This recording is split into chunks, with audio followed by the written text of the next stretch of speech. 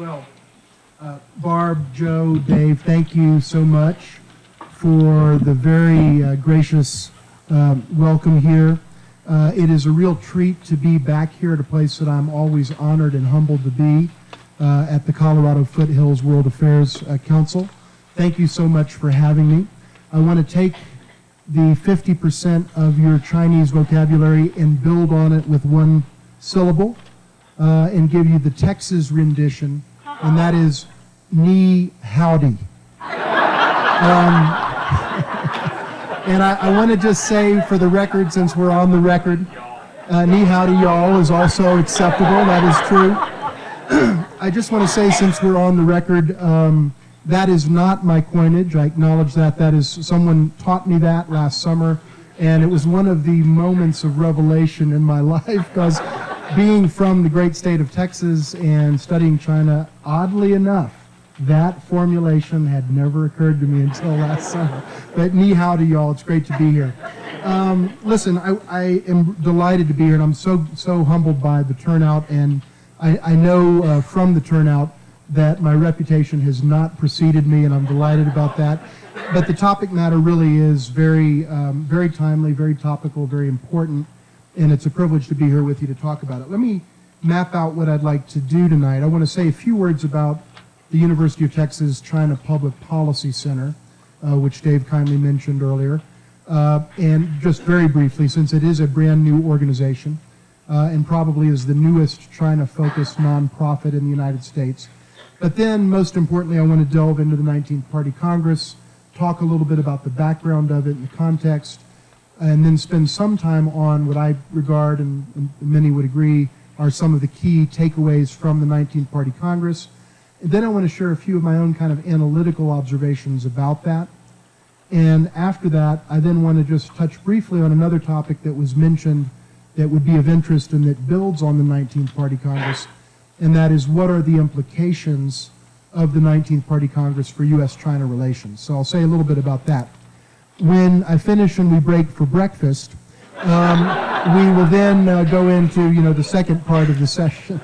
But I will try to keep it shorter than I sometimes do, because I know from experience from when I was here in 2012, the questions that you have are terrific, and I really look forward to that interaction as well. So first, let me just say a brief word about the new University of Texas China Public Policy Center at the LBJ School of Public Affairs. I was humbled to have the opportunity to be the founding executive director of this center. We started last August. The motto of the University of Texas is, "What starts here changes the world." And the China Public Policy Center is designed to give the University of Texas at Austin a platform to really engage very substantively with China on policy topics in a way that we haven't been able to do sort of fully in the past. And so this creates an opportunity for the university to really engage in ways that are new, that are fresh, and that hopefully can generate innovative contributions to the discourse around China-related policy subject matters. Our basic mandate is to advance China-related public policy study, to advance innovative ideas in this area, and to do so in ways that leverage the comparative advantages and unique strengths of the University of Texas, the LBJ School for that matter, also the City of Austin, the state of Texas, to try to put, as we would call it, a burnt orange imprint on our China policy agenda.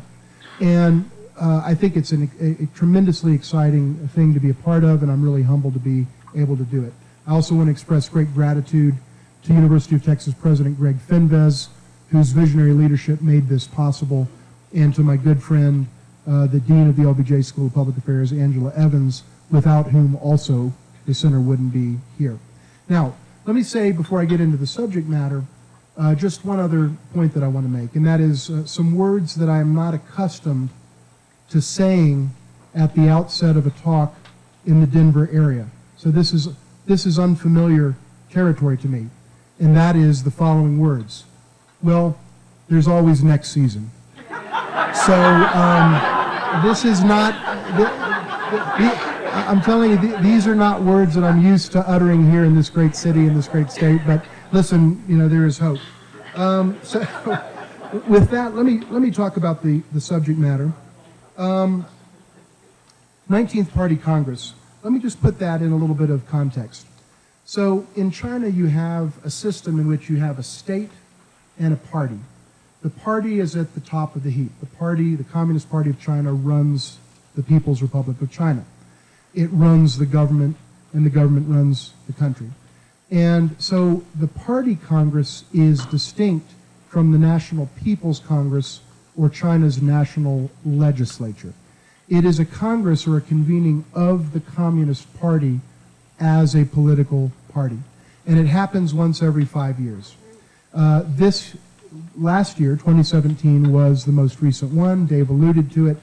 And in October of 2017, we had what was called the 19th Party Congress, the 19th convening of the Communist Party formally as a party. And every 5 years, you have one of these convenings, and it tends to fall into one of two broad categories.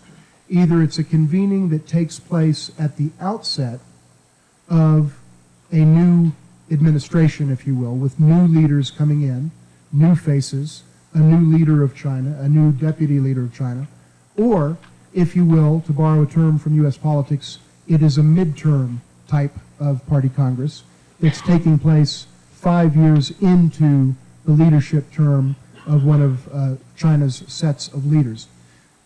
The one we just had in 2017, the one that China had and that the world witnessed, is in the second category. It's a kind of midterm 5-year convening. So Xi Jinping was General Secretary and Chairman of the Central Military Commission and, parenthetically, President of the country, and also were wearing a number of other hats in terms of leadership. And in the October 2017 party convening, or 19th Party Congress, he was, if you will, re-elected, reselected, chosen once again by his peers, quite unanimously to continue to serve in those positions. His deputy, the Premier of China, was also granted a second 5-year term, and then 5 new faces came into the Politburo Standing Committee, and the Politburo, and then the various committees, the Central Committee and the other structures of the Communist Party. Let me just mention a few key takeaways from the Party Congress, having laid out the basic backdrop. So this was an important political convening, comes at the middle point of the Xi Jinping administration of China. And here are some of the things that I think stand out. First of all, just in terms of Xi Jinping's role, a couple of points to make. Number one, it's very clear that Xi Jinping, who already was very powerful as a leader of China, owing to his numerous leadership capacities and hats, is now even more powerful as leader of China than he was before October of 2017, for a variety of reasons. Some examples or illustrations of that are the fact that Xi Jinping thought, the body of thought attributed to Xi Jinping, has now entered the Chinese Communist Party's constitution. The party's constitution, not the national constitution. Again, there's a distinction between party and state. And so Xi Jinping thought has entered, if you will, the pantheon of political thought in China, right alongside what's called Mao Zedong thought and Deng Xiaoping theory.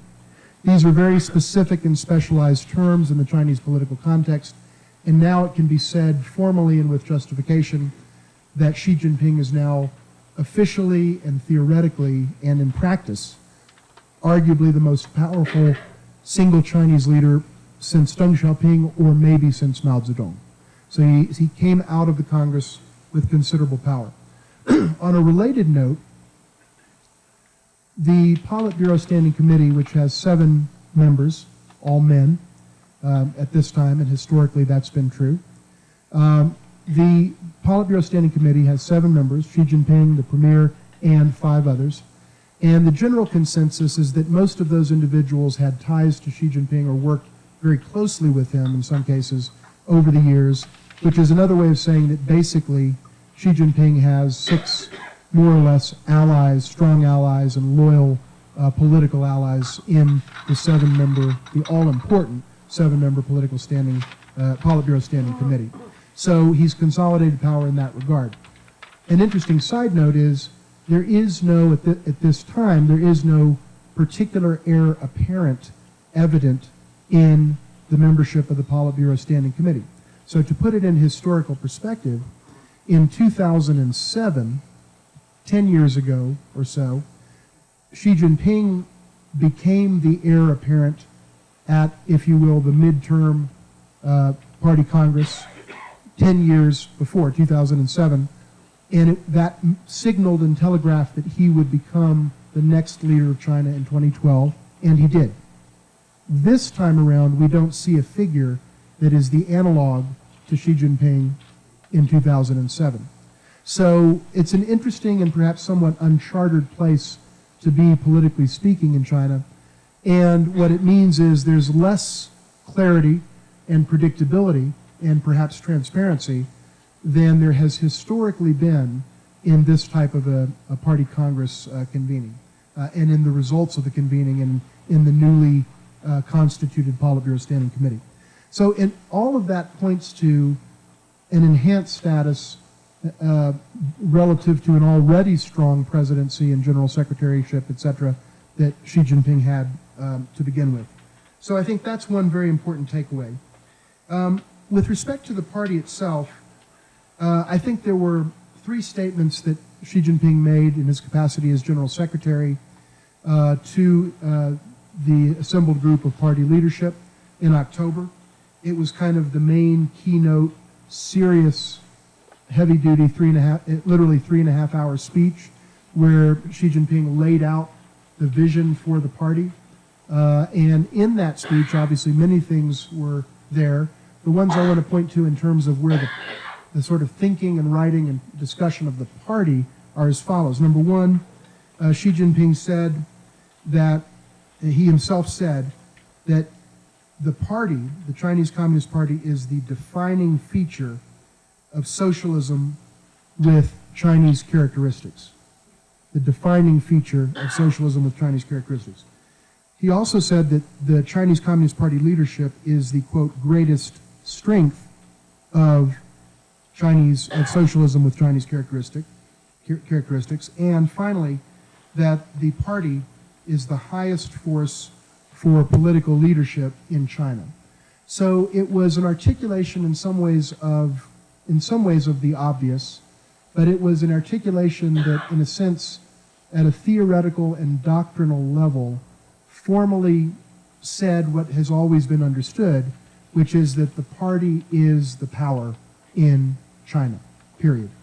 And it gives expression, in a sense, a fuller kind of doctrinal level expression to that notion of the monopoly on power of the Communist Party of China. Now, in this regard, I think it's important to note that what we see is a greater level of codifying something that I think has always been understood. And that is that I would say that what the term I use is the first principle of Chinese governance and the first principle of Chinese policy is, in fact, the maintenance of Communist Party rule.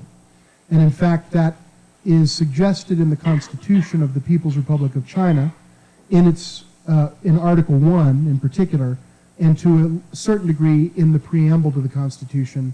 Now, that first principle, as I have called it in the past, is codified, in a sense, in authoritative party documentation.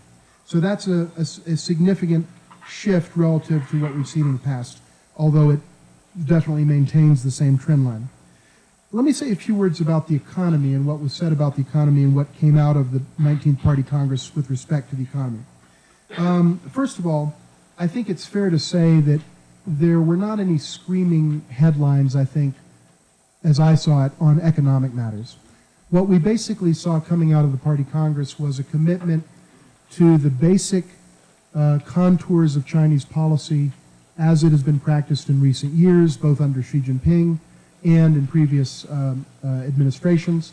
And it's a commitment to continue opening and reform, to continue engaging with the world, to continue and enhance trade with the world, to, as Xi Jinping said, open our doors even wider to that trade, but nevertheless to continue to have a very strong state sector and state involvement in the economy. So to put it in perspective, the majority of the Chinese economy today is responsive to the market mechanism. The majority of GDP is produced owing to the market mechanism. But a very, very substantial minority, probably 40+% of the Chinese economy, is state-owned enterprises and state-run economic entities. So it has turned the corner, but it is still very much a hybrid economy in which the state continues to play a very significant role. I don't think anyone sees that changing significantly anytime soon. In that regard, that's why I say that I don't think there was a very significant policy departure articulated out of the Party Congress about the economy. Xi Jinping did make clear that he welcomes continued trade, again wants to open the doors, but the proof will be in the pudding down the line. I think the U.S. business community in recent years has come, for its part, has come to be very skeptical of promises. Sometimes words are said, promises are made, commitments are made, but in the end, the actual end result is not quite as desirable as the pledge was theoretically. And in fact, U.S. business representatives in China have noted in recent years that if anything, the business climate in China, at least from a U.S. business standpoint, has deteriorated owing to greater restrictiveness on certain market access issues, greater regulatory pressures, and non-regulatory and political pressures that have sometimes been brought to bear in ways that are frustrating and problematic for U.S. and other foreign companies. So the theory is to open the doors wider, to engage more. Over time, we will see the degree to which the reality matches the theory. Let me say a little bit about the topic of anti-corruption, which has been a very important theme in Chinese politics since the rise of Xi Jinping in 2012. Xi Jinping has said, and he said again during this Party Congress in October of 2017, that the greatest threat to the Communist Party is corruption. The greatest threat to the Communist Party is its own internal corruption. That's what Xi Jinping himself has said publicly. In my recollection, I think he has been more forward-leaning in making that type of statement than his predecessors ever were. Other Chinese leaders have certainly noted that there has been corruption, which there certainly has been, quite rampantly within the Chinese Communist Party. But I think that Xi Jinping is really the first leader to say this is an existential threat to our party's ability to maintain its permanent monopoly on power. And thus, he has made a commitment publicly and in terms of his actions and his administration's actions to go after corruption within the party as a party matter, not a federal matter, not a national government matter, as a party matter, and to do his utmost and the party's utmost to root out corruption. Now, in recent years, quite a large number of significant Chinese leaders at some of the very top levels have been taken down on corruption charges, have been prosecuted. In some cases, there have one individual died before being prosecuted. In another more recent case, a senior general who had been a member of what we might call the Chinese Joint Chiefs of Staff, what the Chinese would call their Central Military Commission, committed suicide while under investigation for corruption. And there have been a not inconsequential number of very significant figures who have been forced out of office and in most cases prosecuted quite severely for corruption. Now, in coming out of the 19th Party Congress, Xi Jinping has pledged to continue that effort. The words that he has used to describe the effort are that the anti-corruption effort is going to be a, quote, crushing tide against those who are corrupt, those within the party who are corrupt, and that the party, as he put it, has, quote, zero tolerance for corruption. Now, let's also point out the obvious fact. Dealing with corruption, and I've said this to my Chinese counterparts and friends, and I think it's understood. Dealing with corruption and trying to root out corruption in the context of a one-party state is, and I don't mean it facetiously, it's a losing proposition. It's a losing proposition because you don't have the checks and balances and independent sources of power necessary to get to the root of the problem. You also don't have that wonderful thing we call the fourth estate, a free and independent and vigorous media to challenge the government as it sees fit, to challenge narratives, to expose wrongdoing and so on. And absent checks and balances within the governance structure and absent free media, you're never going to get to the root of most of the corruption. That's the point that I've said publicly and privately, including to some of my Chinese friends. That said, what I think is clear to me, and I think scholars and analysts may disagree to varying degrees on this, to put it in sort of numeric terms, I think that absent checks and balances in a free media, you can probably solve about 5% of the corruption problem. And semicolon, the second part of the sentence is, I think Xi Jinping is very committed to solving that 5% of the problem, in fairness to the Chinese leadership. Now, what the Chinese leadership's motivations are is a subject of debate. Is it genuine concern about corruption and good governance and clean government? Is it settling political scores? There's a robust debate about that. But I think it's very clear from the last 5 years of actions, not just words, that China itself, the Chinese Communist Party leadership, led by Xi Jinping himself, do in fact attach enormous importance to this and are doing things that have never been done before. That continues coming out of the 19th Party Congress. Let me talk a little bit about foreign policy and military doctrine, and then share a few analytical observations and turn finally to U.S.-China relations. On foreign and military policy, let me just say a couple of things. One, if you look at the 66 pages, it was 66 pages of the official English version of Xi Jinping's significant speech at the Party Congress, you could do a word search, and there's actually very little real substantive reference to foreign policy in the document. It's almost surprising, I would say. Certainly a lot of references to the economy, social situation, social policy, obviously the party building itself, anti-corruption, quite a bit about the military, which I'll talk about. Relatively little actually on foreign policy. So again, under the rubric of foreign policy, I would characterize the 19th Party Congress as not generating what I would call a screaming headline.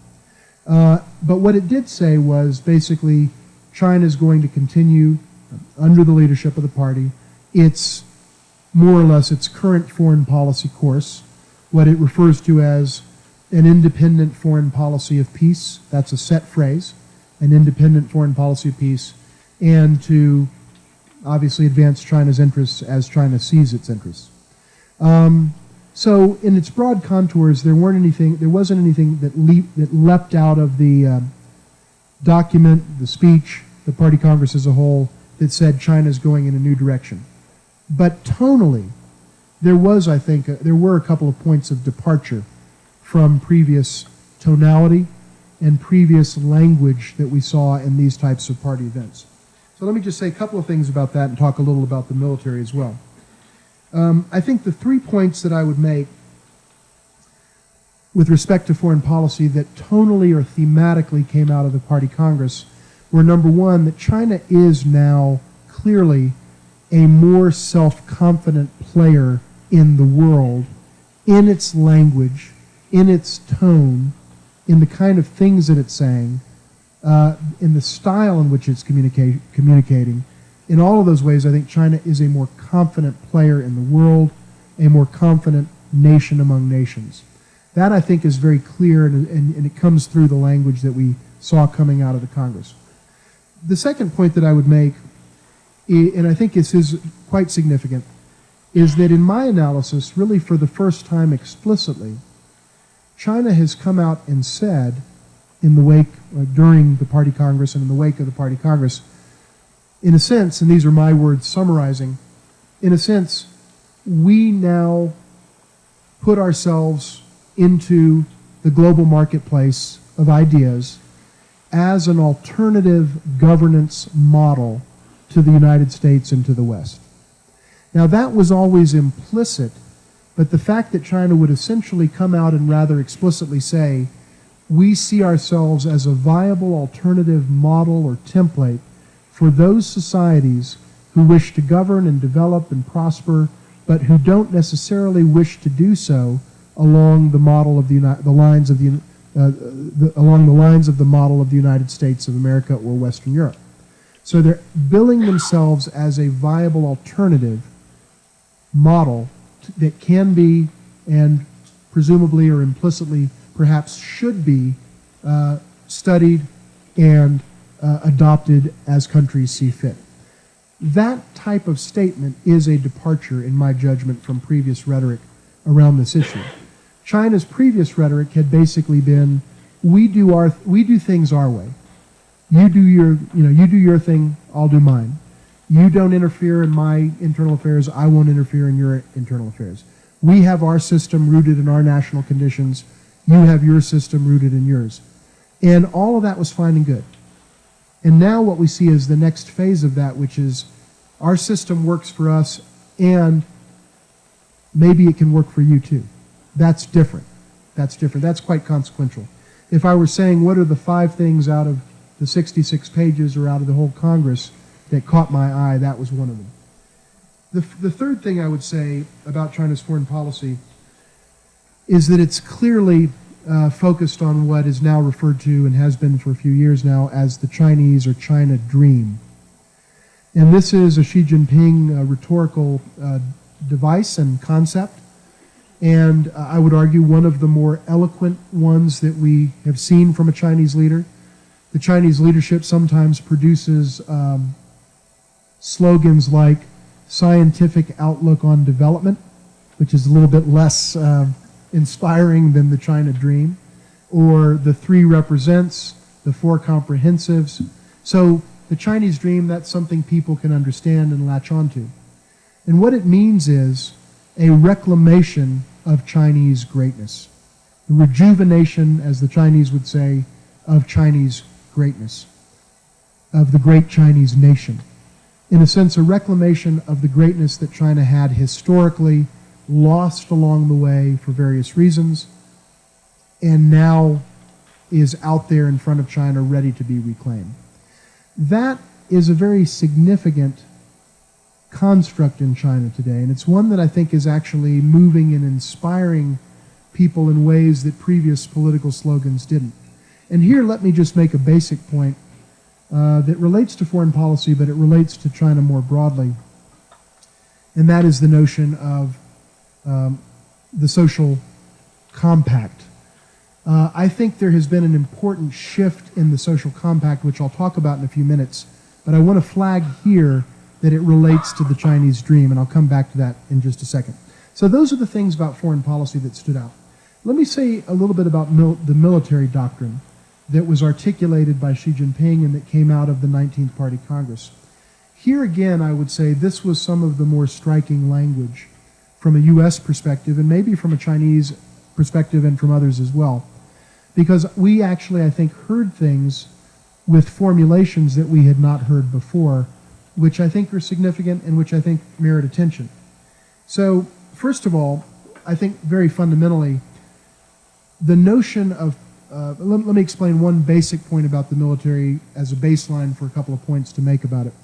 And that is that the military of China answers to the Communist Party of China.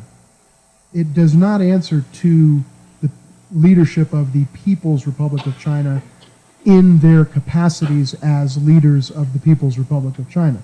It answers to the party leadership in their capacities as party leaders. So the People's Liberation Army is quite literally the party's army. Quite literally the party's army. Now, that is doctrinally true. But what was also brought into the Chinese constitution explicitly is the notion, and it's very clear, now very codified and clear-cut, of, as I think the phrase was, absolute control by the Communist Party of China of the People's Liberation Army, the armed forces of China, and all armed police and other entities in China. So the notion of absolute party control, in the words of, again, the Chinese leadership, over the Chinese military, that was a theme that came out of this Congress. Now, that is consistent with past practice, but the language is more emphatic than what we've seen in the past.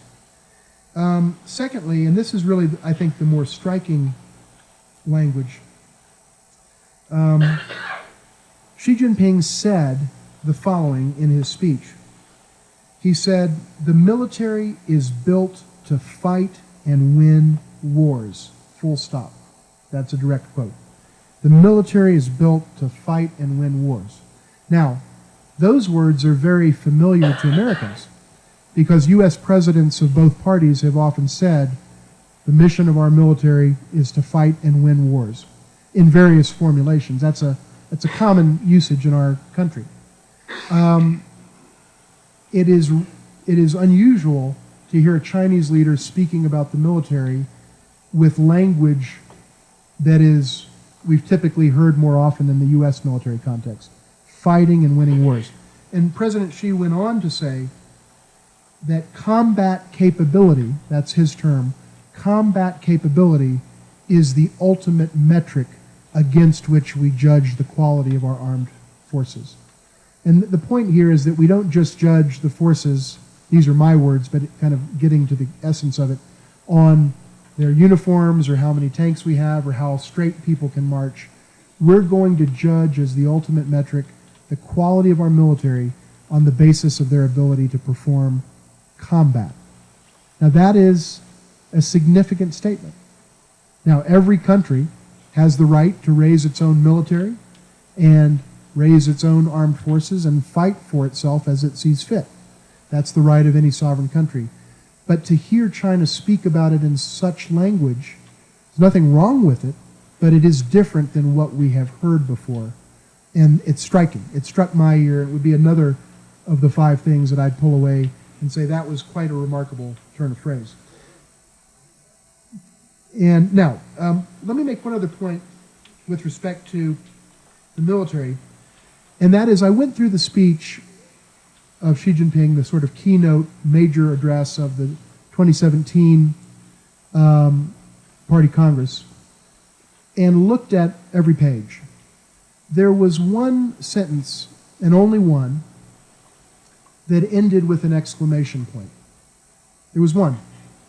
Every other one ended with a period. The only sentence that ended with an exclamation point was, and I'm paraphrasing very closely, "We will never let anyone take Taiwan away from us." And that is the only sentence in 66 pages that had an exclamation point in the Chinese official text of the speech. So, on the topic of the military, and by the way, that was reported to be the largest applause line in the entire 3.5-hour speech. So, a clear continued commitment on the part of the Chinese leadership to, as they would put it, reunify with Taiwan, or generate reunification between Taiwan and the mainland. So that's out there, and we can talk more about that in another context. Let me share a few analytical observations. Now, what I tried to do in the last several minutes is to kind of lay out what I see as some of the key takeaways, and I've tried to kind of be faithful to what was said so that you know what the Chinese said. Let me now offer my opinions about some of these things and kind of what I think it means and where it's going. And it mainly leads to one idea that I want to share here for the first time. I've talked about this privately, I've discussed it a little bit with some colleagues, over the years, but I haven't yet rolled it out. I want to sort of mention it here as a new idea to think about. And it's in the context of a broad analytical observation I want to make about the Party Congress. As we've seen, what I referred to as the first principle of Chinese governance or policy, which is the mandate, the mission of maintaining the permanent monopoly on power of the Communist Party, has been codified in the party doctrine. It's been spoken about explicitly. It is part of the party constitution now. It is very clear, and it's very straightforward. So what was always assumed and understood is now a matter of doctrinal record. So with that said, where I see, if you take all of the elements of the 19th Party Congress and kind of take a step back and look at what they point to at a big picture level. We talked about Xi Jinping and his role and his consolidation of personal power at the helm of the Chinese Communist Party and Chinese leadership, talked about the economy, corruption, and so on. I think if we take a step back, the broad trend that I see in China is that, and I see it coming strongly out of the 19th Party Congress, and it's an even broader trend than that. I think China is very committed to perfecting its own self-defined constitutional regime type. In Article 1 of China's constitution, China refers to itself, its regime type, as a people's democratic dictatorship. So, and that's also true in English. That is the official English translation on the Chinese website. So that's their translation. So China refers to itself in Chinese and in English as a people's democratic dictatorship. The noun is dictatorship. That's the noun they chose for themselves. What I think China is trying to do is to perfect what I would call a smart dictatorship. Now, here I'm using the term dictatorship because that's the term that the Chinese use in their own constitution. So let's develop that. I think China wants to develop a smart people's democratic dictatorship and perfect a model in which you can generate minimal political participation and maximal economic output and benefit to the masses, if you will, maximally efficient economic and social performance without losing the reins of political control, and to sharpen the model, the techniques, the governance strategies, to create that viable alternative to the U.S./European/ most of the rest of the world model of democratic governance and market economics. China, I think, wants to perfect its own unique approach to governing in what I refer to in the Chinese context as a smart dictatorship. Now, let me just say a few words about what I mean by this, because there's a little clever gimmick to this as well. I took SMART and made it an acronym, S-M-A-R-T. And I think I came up with some words that I think get at what China is trying to do. The S stands for the social compact. S is for social compact. And I think that China's social compact, historically, has been the idea, basically, in the last 35 plus years, in the period of opening and reform. From a Chinese Communist Party leadership perspective, the language would be, you, the people, or we, the party, let's start, we, the party, will deliver stunning levels of economic growth to you, the people of this country. You, the people, will stay out of the political process. And that's the basic social contract or social compact that has obtained in China since reform and opening up. And I think most Chinese party leaders would say that they have held up their end of the bargain, if you accept that that is the contract that's on the table. That's the only one that was on the table. But if you accept that that's what the contract was, Chinese leaders would say, we held up our end. Many Chinese would say, the party did hold up its end. They held up their end. And meanwhile, the people are not involved in governance in China in the way that we are here and in many other democracies. So that contract compact has held.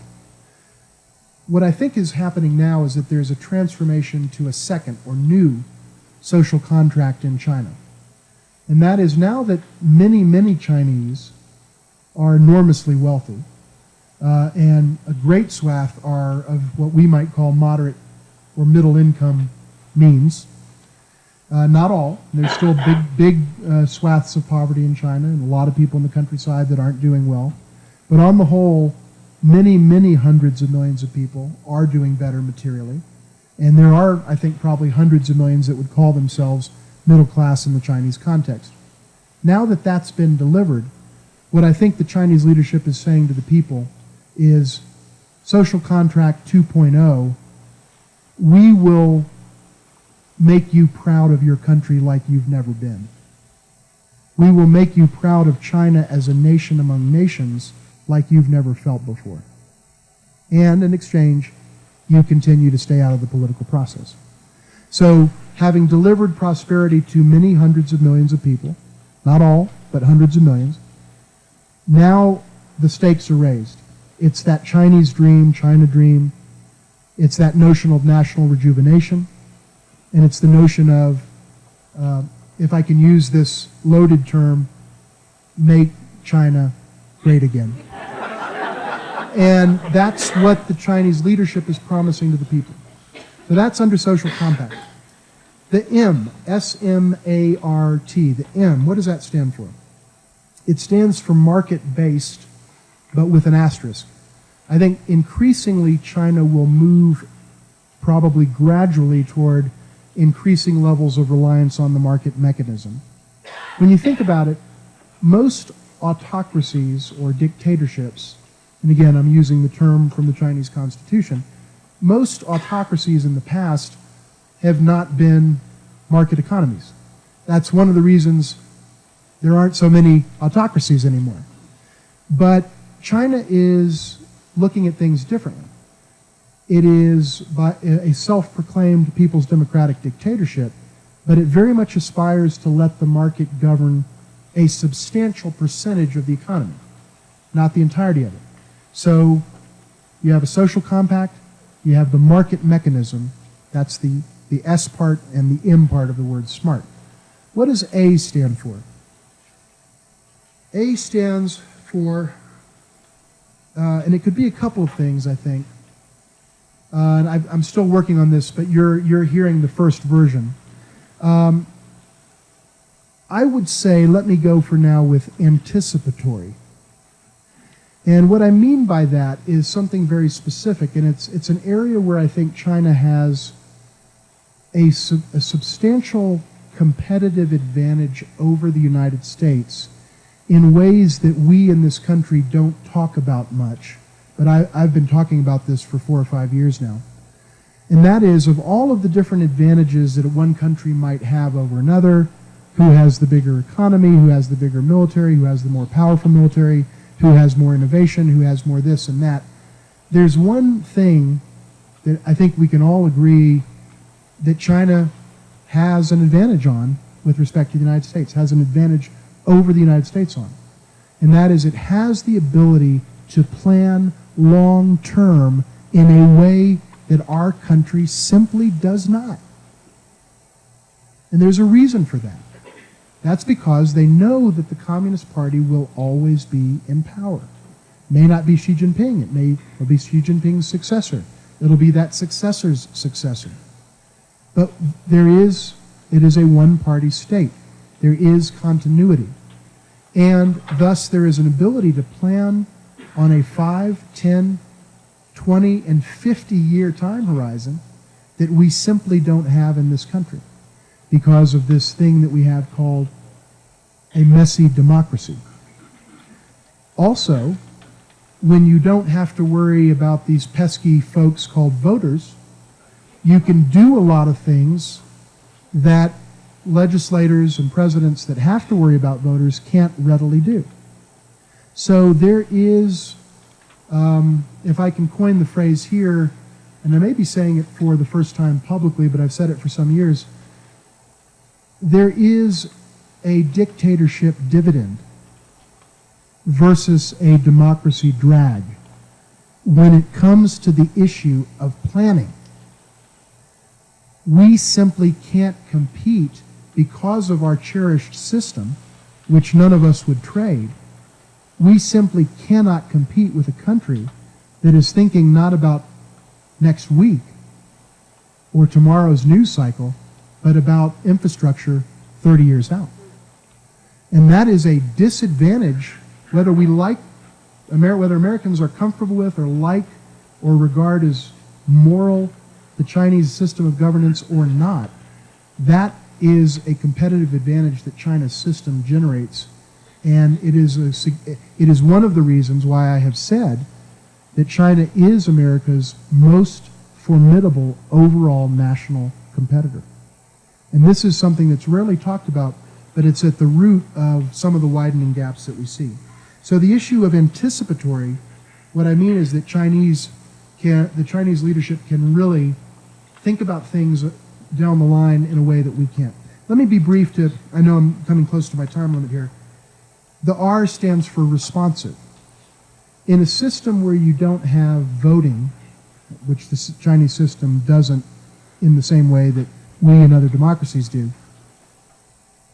you nevertheless have to try to figure out, if you want to remain in power for a long time, how to respond to some of the basic needs and concerns of your populace when you can't assess what those concerns are via the ballot box. If you don't have that tool in your toolkit, then you need to find another way to be responsive. And a smart dictatorship, while not necessarily, in fact not electorally accountable, nevertheless seeks to be responsive, and China seeks to do that. And the T stands for technology. And I would say technology enabled, technology savvy, and I would almost say technology obsessed. This is a serious high-tech powerhouse that we're dealing with. We see that in the area of artificial intelligence and numerous other areas. China is becoming a serious competitor to the United States in the most advanced computing that's out there. And the use of technology to attain smart dictatorship, or what I sometimes refer to as smartatorship, to coin a phrase, is something that's a hallmark of what China's doing, and frankly, from its vantage, very successful. All of those are the things that I think China is, by design, trying to focus on. And by design, it is seeking to become that alternative model that works. And as it presents itself out there, countries are going to look at our model and our politics and our news cycles. They're going to look at China's model. And in Africa, Latin America, and some other parts of the world, they're going to look at those systems and judge for themselves which is best for them. But that's the end game here. Let me just say one concluding thought on the issue of smart dictatorship or smartatorship, etc. And that is, there are certainly challenges associated with this type of model, but I think the biggest one is the one that Xi Jinping has identified, the notion of corruption. The notion of corruption. In a one-party regime, you're never going to get at most of the corruption. And unless and until that fundamental issue is addressed, even as Xi Jinping himself acknowledged it's an existential issue for the party, that is always going to be constraint on performance of the Chinese model. So that's out there, and I'm sure the Chinese leadership is grappling with that. Let me just shift, and I'll just be very brief here, and hopefully we'll have good discussion in Q&A. I just want to say one thing. I was going to talk about U.S.-China relations. Let me just give you the summary version of this, and we can draw this out in Q&A. Overall, I think the immediate impact of the 19th Party Congress on U.S.China relations or on the U.S. is relatively limited. Over time, I think we will see some impact as some of the themes and the rhetoric turn into real policies and actions. It takes a while for the ship of state to move in a way that's discernible. Over time, I think we will see some serious implications. In the immediate wake of the Congress, there's not much one could point to where I can say U.S.-China relations are different today than they were. Overall, whether the issue is North Korea, South China Sea, U.S. arms sales to Taiwan, the broader issue of Taiwan, trade, which is massively important, investment, human rights, on almost all of these issues, I see very little evidence of significant change at the 1-year mark of the Trump administration relative to the policies of the Barack Obama administration toward China. Has there been a slightly different rhetoric and type of language used? Yes. Has there been a different tonality at times? Yes. President Trump has been both hot and cold, or I should say tough and also unusually warm toward China, including in his presidential visit to China in November. But by and large, when you scrape away the rhetoric and scrape away the surface level stuff, what you see is much more continuity thus far than change on every set of issues. In fact, let me advisedly or ill-advisedly just use the toughest language I can to, in the views of some, to put it in summary form. With respect to the first year of the Trump administration's policies on China, it is the equivalent of a third Barack Obama administration. And because there really is no significant change in the substance of the relationship. Now, let me conclude by making one very important point. The one area where I think it is perhaps possible to say that the 19th Party Congress did have or is having an impact on U.S.-China relations, perhaps is in the area of the U.S. narrative right now on China. One thing I've noticed is in the fairly immediate wake of the Party Congress, which ended in October, we have started to see a slew of stories in the media and hearings on Capitol Hill and other types of expression in this country that is really focused negatively on China. And in particular, that is focused very intensively on the issue of China's, what's called China's influence operations in the United States. And this issue has been playing out in a very intense way in the media and academic circles. And it may very well be that one of the reasons for this sharp uptick in negative rhetoric in this country about China is because of that confidence, those usages with respect to the military, the language about Taiwan, and some of these things may have struck a nerve in the parts of this country and generated a higher temperature around U.S. rhetoric on China. Now, I want to make a point here that I've made many times over the years, both privately and publicly. I remember I did a talk at the Museum on Pennsylvania Avenue in Washington in, I think, March of 2012, just before I was out here, in fact, on the record where I talked about this theme and other talks I've done as well. But let me just say one thing. I'm concerned about the reflexive negative narrative about China in this country. I'm not concerned about it on China's behalf. I'm concerned about it because I don't think it's good for our country. And I'll tell you why. And I've said that to both Americans and to Chinese as well. The Chinese don't like it for their own reasons, and that's understandable and fine. And by the way, let me hasten to add, the negativity that we often see in the Chinese press, which is not a free media, about the United States is oftentimes, depending on what's happening in the relationship, very striking and I think very problematic. And of course, the difference is that China's media is a party-controlled media and our media is not. But that said, there's similar levels at times of negativity in the media narratives about each other. I won't talk here about the Chinese part of the equation. That's significant. There's a very unlevel playing field there, but that's a different topic.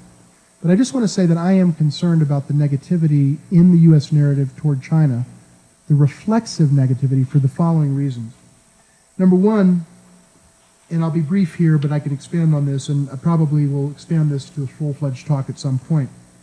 I think there's a vicious cycle effect that starts to take place. The more you reflexively view something negatively, the more they start to view you negatively, and you get into a cycle that becomes self-perpetuating and difficult to get out of, even when your national interests actually align, which in the case of the U.S. and China sometimes does happen. So you can create an accidental, or let's not say accidental, but an unfortunate sort of cyclical or vicious cycle effect by having a reflexive negative narrative. Number two, you can miss legitimate opportunities to actually work together on things that matter. And this is where I think the reflexive negativity that we sometimes see in narratives in this country about China, and let's not mince words, China is the most formidable national competitor that we have. No question about it. But a reflexive negativity can cause us to miss opportunities to work with China where we can actually achieve something together, whether it's on North Korea, whether it's on nuclear non-proliferation more generally, whether it's on climate, which obviously this administration comes at that issue very differently than the previous administration here in the U.S. But there are a host of issues where we have to be able to walk and chew gum at the same time and deal constructively with China, even as we are clear-eyed about some of the problems in the relationship as well. We don't want to miss opportunities. The reflexive negativity can sometimes generate a reduced attention to actual facts. Facts can become less important when there's just a dominant narrative, and the politically or journalistically easy thing to do is to just say, China is the bad guy, whether or not the facts of the particular case support that conclusion. Sometimes it is the bad guy from a U.S. perspective. Sometimes it isn't, but it's portrayed to be because it's just easier to go with the narrative than it is to actually look at the issue case by case. So that can be problematic. Furthermore, and this is one that I think really comes through to me very acutely, and it came through most in the Congressional Executive Committee on China, CECC, hearing on Capitol Hill on December 13th. By being so reflexively negative on China, and yes, there are cases where we need to be cognizant that Chinese actions are inimical to our interests, but to be reflexively negative can sometimes betray a lack of confidence in our own system. It can betray a lack of confidence in our own way of life. It can convey a sense that I think is wrong, that we can't compete with China, that we're scared of competing with China in the marketplace of ideas. It conveys a sense of weakness. It conveys a sense that we are not walking with the swagger that we do as Americans because of our extraordinary Constitution and our democracy and our way of life. And that concerns me because it could embolden China and others who look at some of the statements that are made and feel that they've got us on the backs of our heels. I don't think that's good for America, and that's why I see that as problematic. There are a few other things, I'll just be very brief before concluding. The loss of moral high ground. If we start to see everything negatively and start to shut ourselves down, close ourselves off, it becomes harder for us to criticize autocracies when they do the same thing. That moral dimension to our policy has always been a hallmark. And if we start hunkering down in the way that non-democracies hunker down, I think it's not a wise thing for us to do in terms of our own interests. There's also the related issue of reciprocity. if we become negative and say we distrust exchanges with China, we distrust their motives in working with us, what are the Chinese going to say about the Fulbright program? What are the Chinese going to say about the International Visitor Leadership Program? What are the Chinese going to say about the Humphrey program? All of which are U.S. government exchanges which I used to administer when I was a diplomat. If we start saying to them, we don't trust your motives, then they may start saying to us, well, we don't trust your motives. And the kinds of exchanges that have brought so many of us together over the years and helped us understand each other better and helped Chinese understand American values better may start to dissipate and fray. To me, that would be a very sad conclusion or result or outcome of that.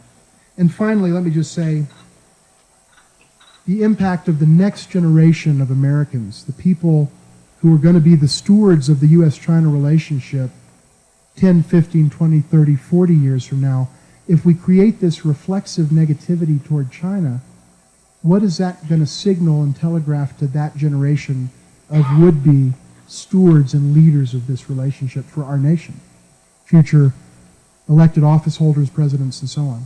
So what I have said to Chinese and what I've said to Americans is we've got to do something about the negative narrative in America about China, not because it's good for China, but because it's good for America. And that's something I feel very strongly about. I've said that publicly and privately.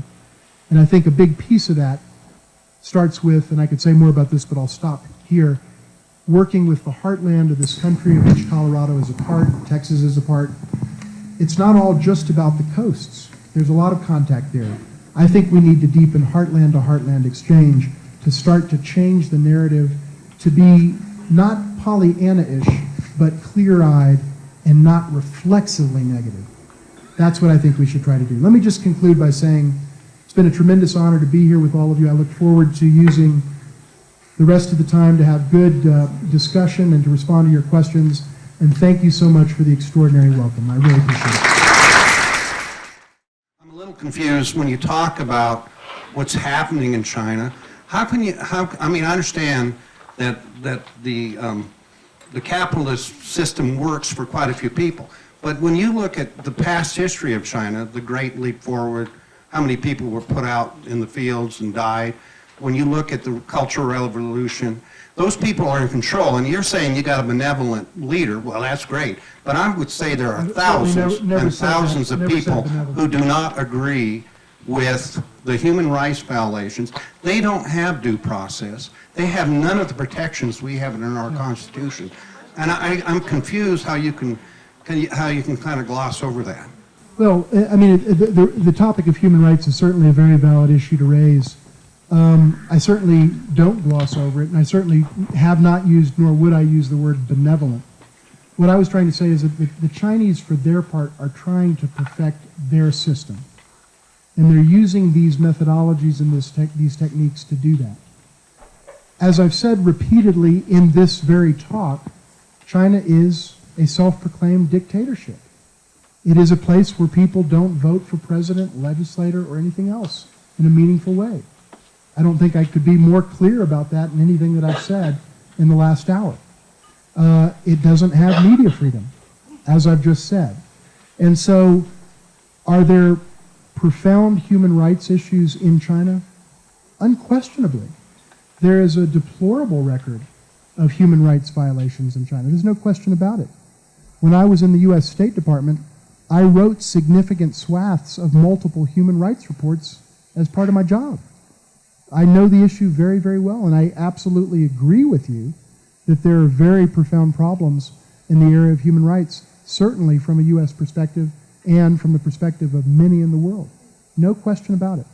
All I was trying to do was convey to you what my perception of what the Chinese leadership is trying to do from its vantage.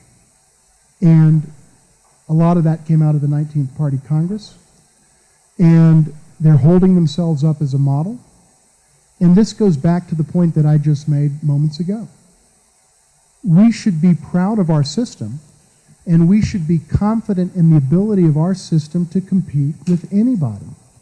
And that's why I say we should welcome competition in the marketplace of ideas, because traditionally, we've always felt we could win that competition on the strength and the merits of our ideas, on the genius of our Constitution, on the Bill of Rights that are sacred to us. And I say this 2 days after Martin Luther King Day.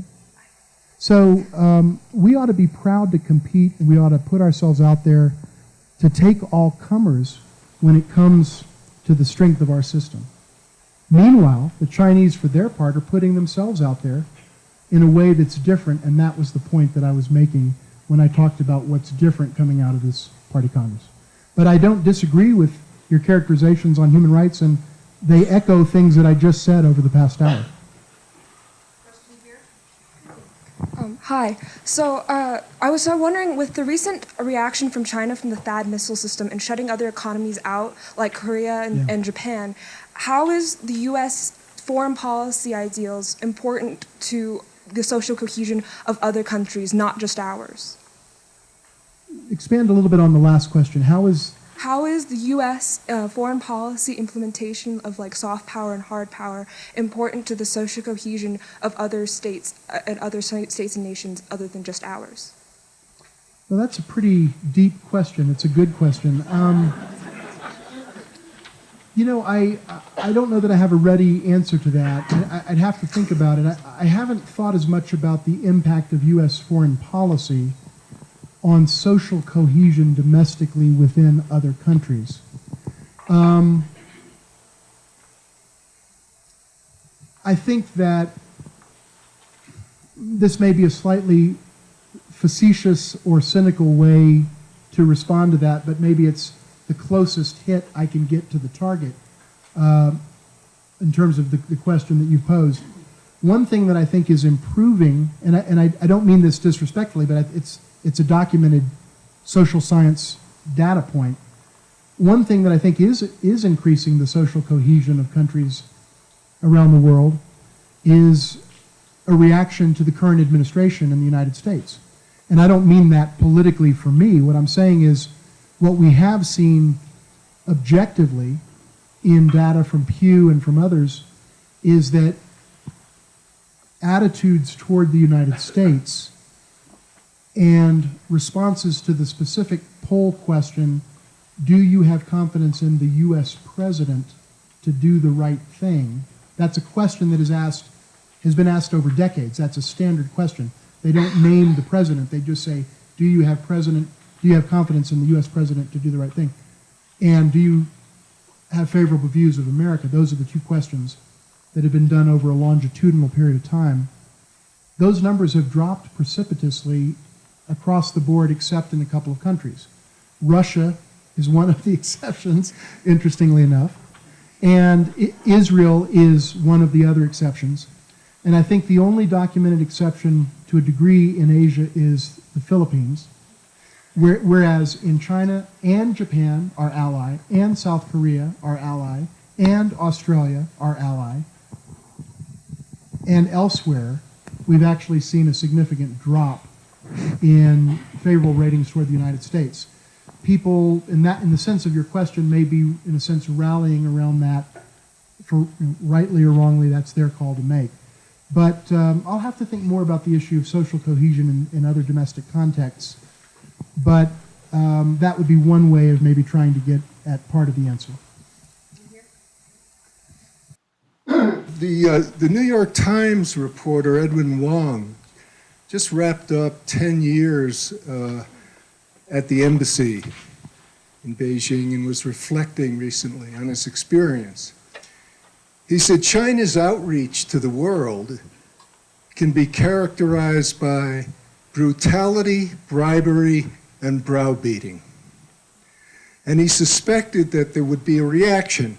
We've seen something like that in Australia, and you mentioned the reaction reflexively, perhaps, in the U.S. Yeah.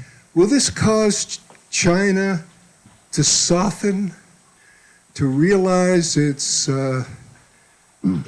the antipathy that is generating, and will it modulate? It's a really good question, and it's very timely. And let me say a couple of words about that. We've been seeing a lot in the papers in this country recently about the issue of what has been termed influence operations. There's another phrase for that. It's called public diplomacy. Public diplomacy is, by definition, this is just the dictionary definition, and I used to work deeply on public diplomacy when I was a U.S. State Department Foreign Service officer and public servant. Public diplomacy is the effort to understand, inform, and influence foreign public opinion in support of your own country's foreign policy goals. That is the definition of public diplomacy. We, in the United States, have a pretty robust public diplomacy program all around the world.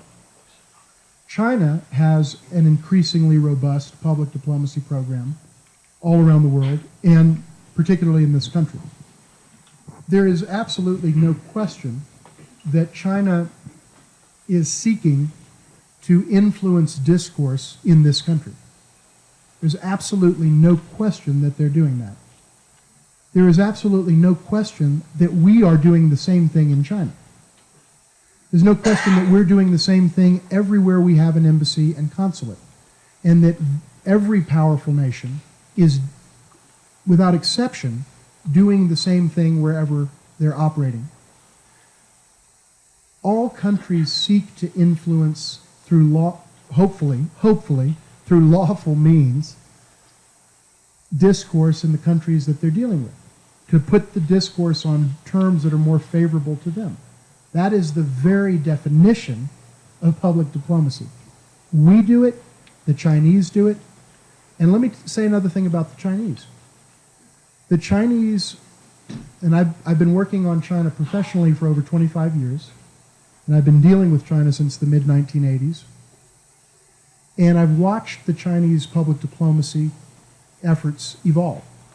They started at a very, very rudimentary level that was very ham-fisted, very ineffectual, almost comical, and I don't mean that really disrespectfully, but so ineffective and clumsy as to almost be laughable. It wasn't something they were accustomed to. Now, one thing the Chinese do very well is they learn. They learn very quickly. That's one of the reasons it's driven their extraordinary growth in recent decades. And they've learned from us probably more than anyone. They've learned from others as well. And over the years, the Chinese have become vastly more sophisticated in public diplomacy and the effort, which public diplomacy is, to influence foreign public opinion in support of foreign policy objectives. China's doing that now in the United States. The point that I would make about it is, let me just make one point, and then I want to quote something to you from the December 13th Congressional Executive Committee on China hearing that touched exactly on this issue. It's a very powerful point. But let me just make the point. China is absolutely trying to influence our discourse, full stop, no question. Second sentence, they're getting very good at it, full stop. Third, as far as I know, everything they're doing is lawful. By the way, unlike some of the things that we've seen in terms of 2016, where there was unlawful, illegal activity engaged in. What the Chinese are doing is, within the constraints of U.S. law, they're seeking to influence our discourse. They're getting pretty good at it. Now, there are two responses to that. Either we take note of it, which we should do, and use the power of our example to win the contest of ideas, which has always been a fundamental American value, or we start making new laws and, heck, maybe even amending the Constitution to start restricting some of these activities in ways that we complain about when others do it to us. So I think we need to think very, very hard about what's happening here and what the optimal U.S. response to it is. And I would argue the optimal U.S. response to efforts to influence our discourse is to be the best example that we can possibly be as a nation among nations and to hold out the beacon of light that we've always sought to hold out as an exemplar, flawed exemplar maybe, the shining city on the hill of President Reagan, and so on. Because I think hunkering down, it's not that it shuts out others, it's that it fundamentally hurts us more than it hurts others. Now I want to read one thing. I didn't have time to get to it in my prepared remarks, but let me just mention this. And bear with me because it's right on the topic of influence. And let me just also say to your question, so I made those comments, but let me address your question. Is China cognizant of the reaction that's being generated to their efforts? Yes. Is that going to stop them from doing what they do? Probably not. Do Chinese reactions to our efforts to influence Chinese elites stop us? No. And so it's a contestation of ideas, and our laws allow that. China, frankly, is a much more restrictive environment in certain regards than ours is. We're very open. We're all proud of that openness. We have to be aware of what's happening, but I think we have to be level-headed about it as well. Let me segue to the point I want to make. On December 13th, there was a hearing on Capitol Hill. It was the Congressional Executive Commission on China, CECC, December 13th. You can look up the 2-hour video. It was chaired by Senator Marco Rubio.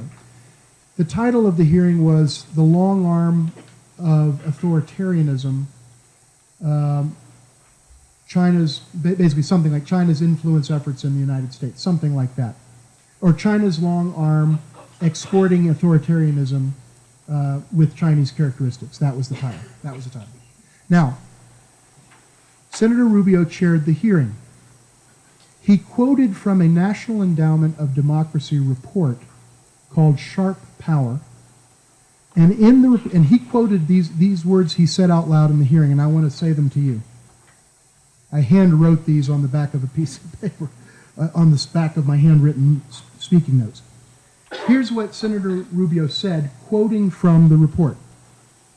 He said, quote, Beijing's strategy, this is about China's influence efforts, Beijing's strategy clearly targets Latin American elites, topic was on Latin America, prominent regional leaders from multiple fields, including politicians, academics, journalists, former diplomats, current government officials, and students, among others, and they are subtly being enticed by the Chinese government through personal interaction with the ultimate purpose of gaining support for China.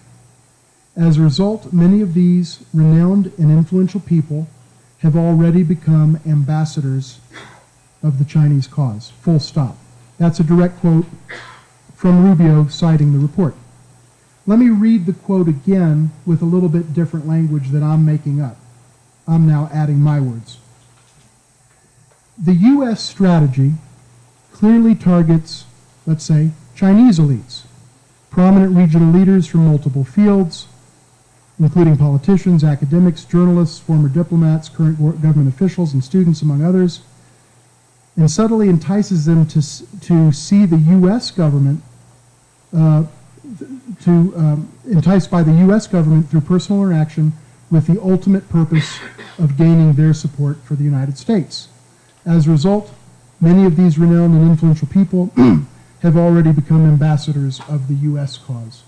That statement would be an exactly accurate characterization of U.S. public diplomacy. But when China does it, and I ran U.S. public diplomacy programs for years in my career, and no one would disagree. In fact, the senator, to his credit, and I respect him, came back and said, well, later he said, come to think of it, that's a pretty good definition of what we ourselves do. He acknowledged that later. But the fact is that is a precise definition of U.S. public diplomacy. That is the dictionary mission statement of our efforts. There's nothing wrong with it. And if we don't think there's anything wrong when we do it, then we have to acknowledge as a matter of fairness that others are going to do it too, even in the service of regime types that we don't like too much here in this country. So that's the world we live in, and I just think we have to be level-headed before we start a domino effect that shuts down very valuable exchanges between our countries. Let's win the contest of ideas by engaging, not by hunkering down. Let's move to an internal Chinese area of interest.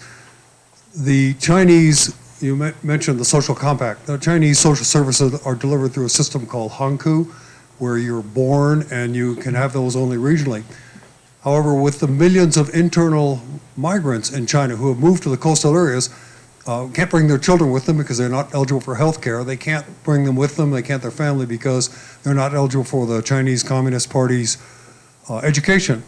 So do you see a concern with all of these disenfranchised millions of Chinese migrants? Yeah, the short answer is yes. And I mean, the number of profound public policy challenges that the Chinese leadership faces is very substantial. The issue of internal displacement, internal migrants, migrant labor, folks coming from rural areas to small towns and cities to try to capitalize on industrialization, urbanization, with a lot of people, just as you rightly described, based on the hukou system that you mentioned, slipping through the cracks, not being legally, if you will, registered in city A or city B. That means that their kids can't go to school. That means they can't go to a doctor in a normal way. That is definitely one of the most profound public policy challenges that the Chinese face. And there's not, within the context of the Chinese system, there's not an easy answer to it because of the bigger, deeper social and economic currents that are playing out, the overall trend toward urbanization. When I first started traveling to China in the 1980s, China was probably at that time 2/3 an agricultural and rural country, 1/3 urban. Today I think it's, I should know the exact number, but maybe 60+% urban, maybe 2/3 urban by some definitions. It's essentially flip-flopped. So there's been an inexorable trend. Meanwhile, there's not enough school seats to go around, strains on public services. Bottom line is, yes, that's a profound challenge, and it's a challenge that I think the Chinese leadership looks at very acutely through the prism of the issue of social stability. Because, as I said before, and as President Xi, to his credit, has said very openly, China is thinking in terms of what are the existential threats to the party. Again, first principle of Chinese governance, permanent maintenance of the monopoly of power of the Chinese Communist Party. Whatever is a threat to that monopoly on power, and again, what I'm saying is now consistent with the party's own explicit party constitution, so I'm simply articulating China's policy. Whatever is inimical or a threat to that overriding interest, that first principle, is an existential threat. I think a lot of Chinese leaders look at the internal displacement as something that could generate significant levels of social instability, and I think that they seek to address it as best they can as part of China's overall transformation toward the ranks of a middle-class country. But I don't underestimate how difficult that task is. You mentioned the rise in the wealthy number of Chinese and also the rise in the middle class. Do you view them as a potential existential threat as you were defining it? It's a really good question. And, let me just say that I think historically, many American China scholars, including myself, back in the 80s and 90s, tended to buy into the basic narrative that as a country gets richer, let's be more specific, as China gets richer, as more people have middle-class wealth and sensibilities and have property that they want to protect in courts of law and so forth and so on, contracts, that inexorably leads toward, and of necessity, it inexorably leads toward democracy. That has not turned out to be the case in China over the last 30-plus years. And people that had thought that would happen have been, at least thus far, proven wrong.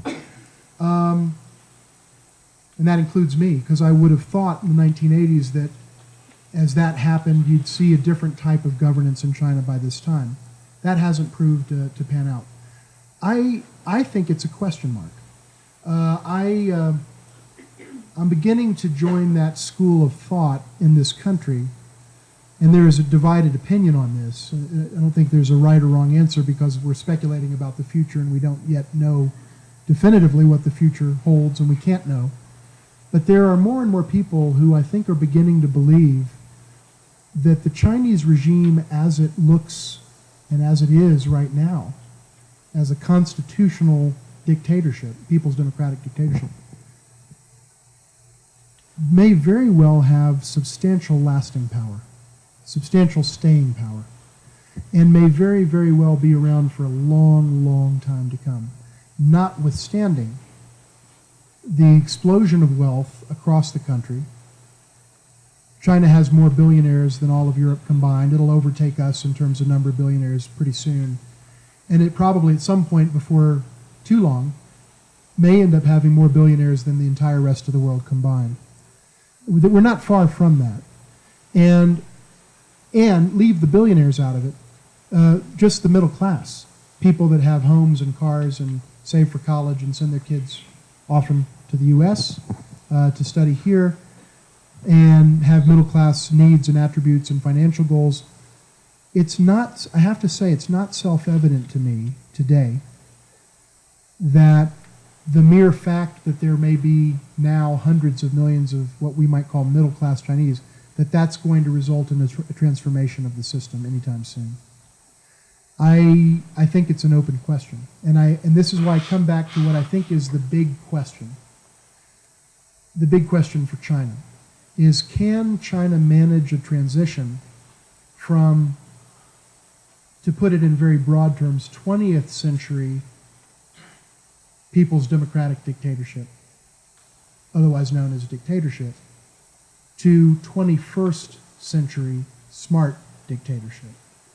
And if they can, and if they can adhere to the social compact, and if they can give people enough of what they want, if they can be responsive enough, to go back to the word I used, the R in smart, if they can be tech savvy enough, as they seem to be able to use technology for their particular purposes and governance style, and they've proved pretty adept at doing that thus far, then I think that there could be considerable staying power to this regime type.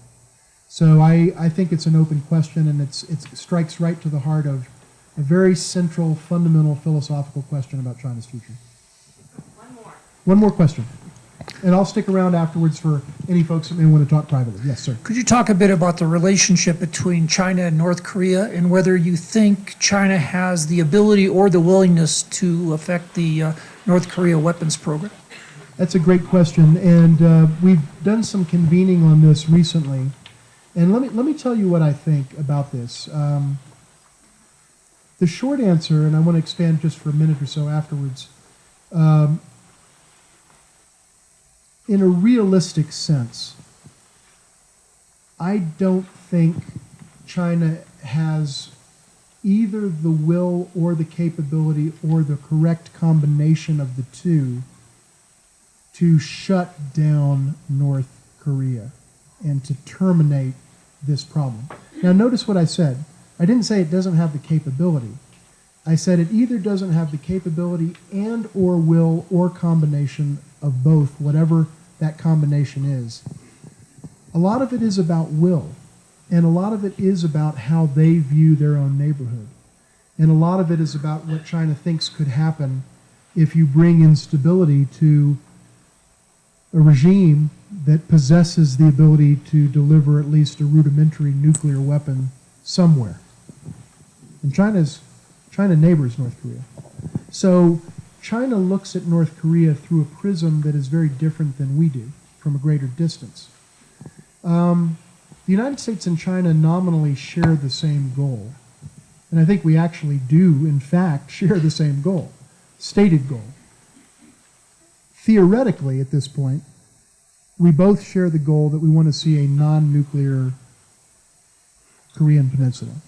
and a nuclear weapons-free Korean Peninsula.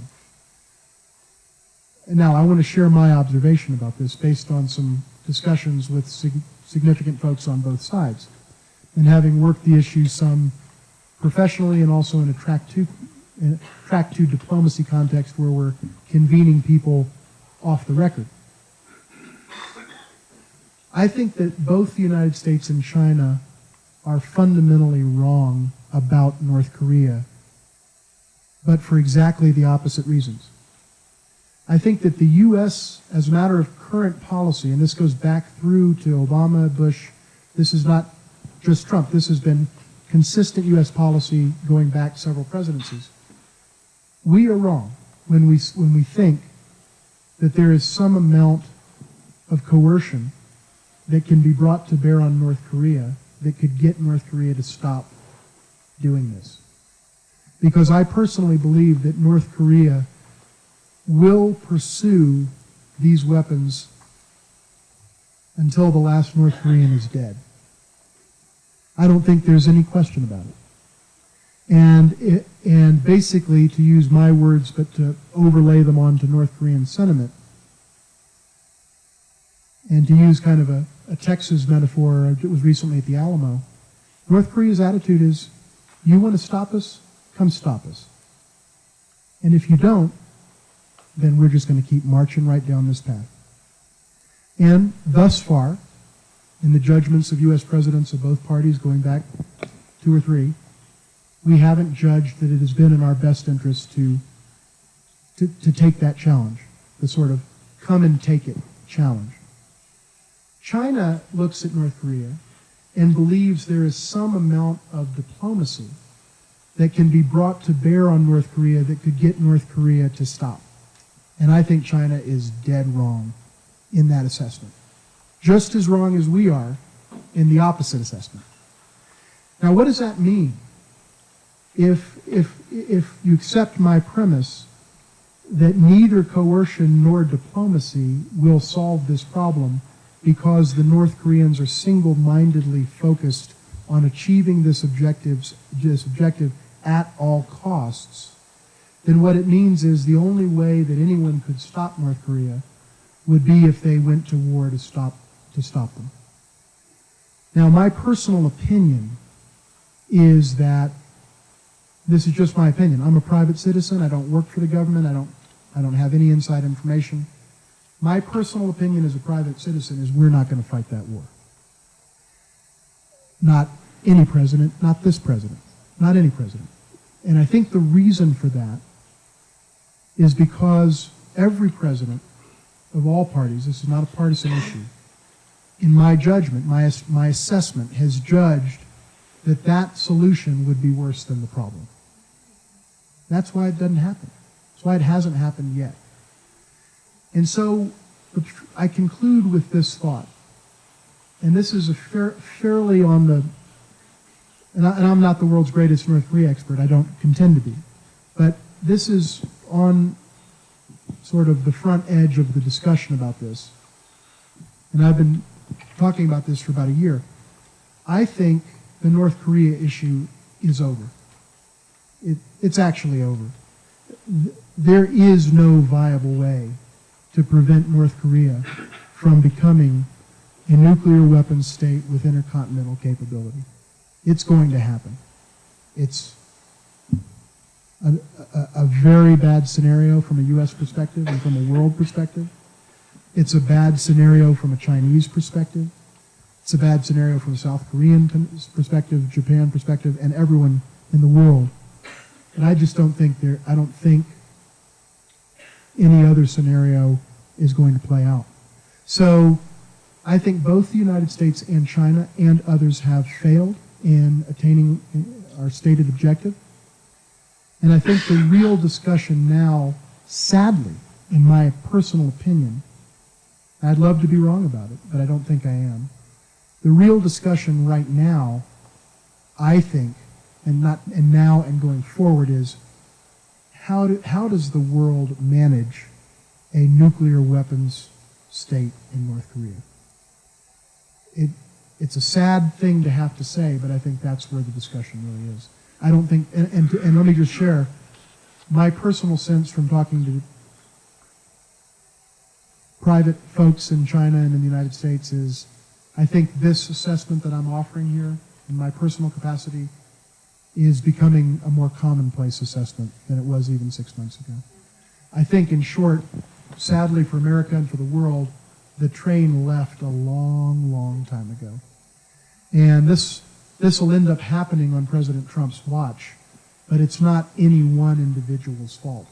It's a failure over decades of every single player involved in this process, including us, including China, and including everyone else that tried to deal with this.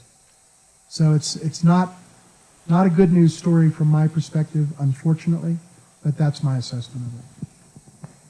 And with that, listen, thanks so much, y'all. Really appreciate it. Thank you.